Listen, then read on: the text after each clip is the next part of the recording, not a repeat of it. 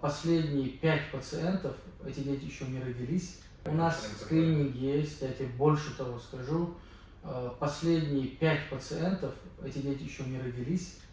А мне уже, вот 2 недели назад мама пришла ко мне, я ее девочку оперировал, губу оперировал, небо оперировал, алвеолярно оперировал. Она уже взрослая девочка, уже социально она адаптировалась, то есть там незначительное смещение, конечно, есть крыла носа, но реконструкцию носа делать, как ты знаешь, в 9 лет, ну, нежелательно.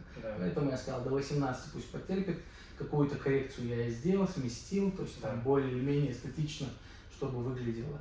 И она ко мне звонит и говорит, я пришла бы к тебе на консультацию. Я говорю, ну приходи, я говорю, девочку, ты хочешь девочку привезти? Она говорит, нет, говорит, там другое. Ну я ничего не подозреваю. Она пришла мне и приносит вот второй скрининг УЗИ, и там расщелина губы.